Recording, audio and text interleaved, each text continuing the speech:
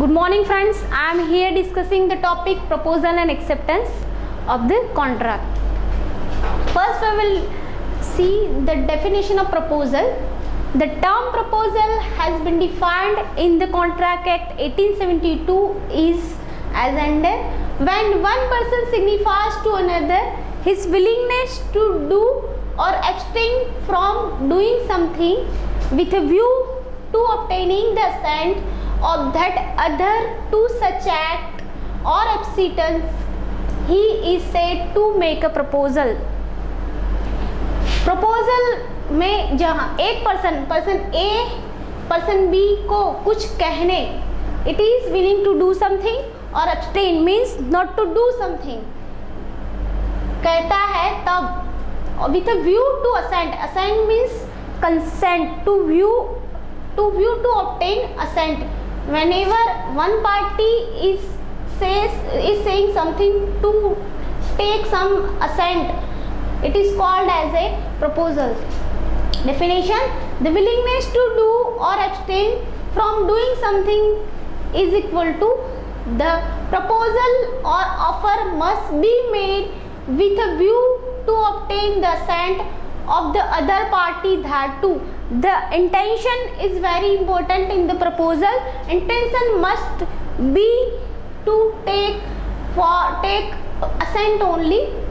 Example: A's willingness to sell his radio set to B, and for the consideration is 500 rupees. If B accepts to purchase the same amounts to proposal by A, it is called as a contract. But if a statement is made without any intention to purchase or sell, it is not called proposal.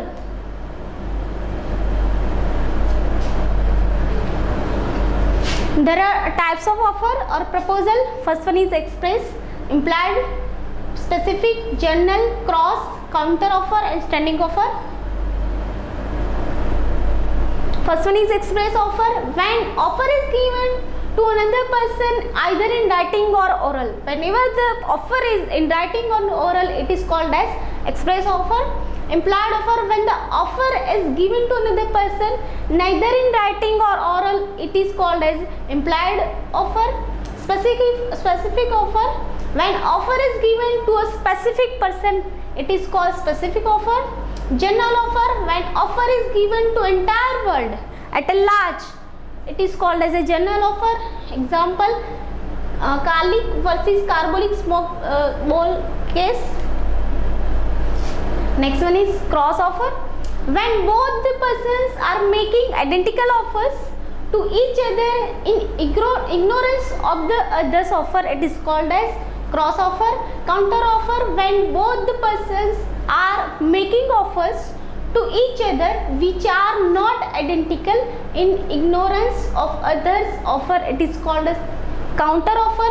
Standing offer: an offer which remains continuously enforceable for a certain period, it is called as a standing offer.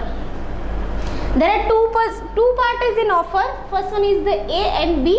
A who makes the offer, it is the person A is called offerer, and the person who accepts the offer, the person is called, here is the B is the offeree. There are some legal rules for the offer. Offer must be given with an intention to create a legal relationship.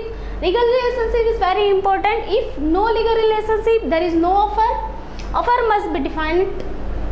Next one is there is a clear-cut difference between offer and invitation to offer. Invitation to sell, it is auction. It is not called as offer. Offer must be communicated. Communication is important in the offer. If no communication of the offer, there is no offer. Mere statement of price is not an offer. Example: catalog of books, and the case is Harvey versus Facey case is the best example. The case is like this. The case was regarding the sale of property in Jamaica. The respondent is Alan Facey was carrying on negotiation with the mayor and council of the Kingston of the sale of the property in the question. Let's see the case. On the 7th October 1891, Facey was travelling from Kingston to Porus by train, and appellants caused a telegraph to be sent to him saying, the question is, will you sell us bumper hall pants? This is the question raised by the Facey. Telegraph, lowest cash price, answer paid. Facey replied on the same day that lowest price for the bumper hall pant is $900.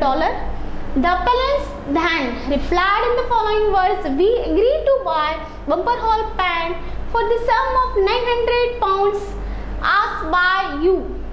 Please send us your title deed in order that we may get early possession.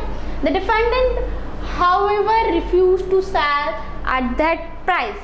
This is the case, and in this case we can see first only and only question were arise, and answer by the Facey is only the lowest price. There was no communication regarding selling and purchasing, but appellant has only replied that we are agreed to purchase. In this case, the judgment is held by the court. No contract exists between the two parties. The first telegram was simply the question for information. So at no stage did the defendant make a definite offer that could be accepted. So there is no offer and there is no contract. Next one is offer and invitation to treat is distinguished. A proposal or an offer has to be distinguished from an invitation to treat. Sometimes a person may not offer to sell his goods but may make some statements or give some information with a view to invite others to make offers on that basis. For the example, a bookseller sends a catalogue of book indicating prices. Similarly, inviting persons to an auction where the goods, this both is not considered as an offer. It is only invitation to offer. Communication of offer. An offer when accepted result in a contract. Whenever the offer is accepted, A offers to B radio and B has accepted this offer at that time, the offer is called accepted, and at that time contract is formed. An offer can be accepted only after the same has come to know knowledge of the offeree. This is the person A is offerer and B is offeree. Whenever the proposal made by A come to knowledge to the person B, it is the complete offer. It means that the offer has to be communicated to the offeree in the order that the offeree can accept it. According to the Section 4 of Contract Act, the communication of a proposal is complete when it comes to the knowledge of the person to whom it is made. Offer and invitation to treat distinguish. A proposal or an offer has to be distinguished from the invitation to treat. Sometimes a person may offer to sell the goods but may make some statement. Example, bookseller and auction. Case, Hara versus Facey case, as we have. There is an important case regarding communication of the offer. The case is Langman Sukla versus Gauri Dutt case 1930. If an offer has not yet been communicated, even if somebody acts according to the terms of the offer, he cannot be deemed to be the acceptor of the offer. We see the case Langman versus Gauri Dutt. In this case, the defendant's nephew absconded from home. The plaintiff, who was defendant's servant, was sent to search the missing boy. After the plaintiff had left in search of the boy, the defendant issued handbills announcing a reward of rupees 501 to anyone who might find the boy. The plaintiff who was ignorant of this reward, was successful in searching the boy. When he came to know of the reward which had been announced in his absence, he brought an action against the defendant to claim this reward. It was held in this case that since the plaintiff was ignorant of the offer of reward, his act of bringing the lost boy did not amount to the acceptance of the offer, and therefore he was not entitled to claim the reward, because there is no communication between the Lalman and Gauridat regarding the reward. Revocation of the offer, it is only after the acceptance of an offer that there arises a contract, and then both the parties becomes bound by the respective promises. Before the offer has been accepted, it can be revoked. After the offer has been accepted, it ripens into a contract, and then it cannot be revoked according to Section 5 of Contract Act 1872. A proposal may be revoked at any time before the communication of its acceptance is completed. The words "before the communication is accepted," acceptance is very important as against the proposer, but not afterwards. Revocation of the offer. First one, it is revoked by contract by the post. A party can revoke the offer by the post. We have already seen earlier that as per the Section 5, a proposal may be revoked at any time before the communication is completed, but not afterwards. In contracts by post, it has to be seen as to what time the communication of the acceptance is completed. The time is very important whenever it is the revocation of the offer, and possible after such communication has been completed. Second one is the very important, when is the communication of the acceptance complete against the offerer, otherwise the proposer. According to Section 4, the communication of an acceptance is complete as against the proposer when it is put in course of transmission to him so as to be out of the power of the acceptors. Example, A proposed by a letter sent by post to sell his house to B. B accept the proposal by the letter sent by post. A may revoke his proposal at any time before the word before is very important, before the time or at the moment when B posts his letter of the acceptance, but not afterwards. Revocation how made? First one by Section 6. It mentions there is different modes of revocation. First one is by communication of the notice by lapse of time. Third one by failure of the precedent conditions, and fourth is by death. Next one very important, it is the acceptance. First we will see the definition of the acceptance. According to Contract Act 1872 Section 2B, when a person made a proposal to another to whom proposal is made, if proposal is assented thereto, it is called as acceptance. There is a person is the person is called A and the person is B. The person is B. The person offerer has offered to B, and whenever the proposal is given by the offeree to offerer, it is completion of the acceptance.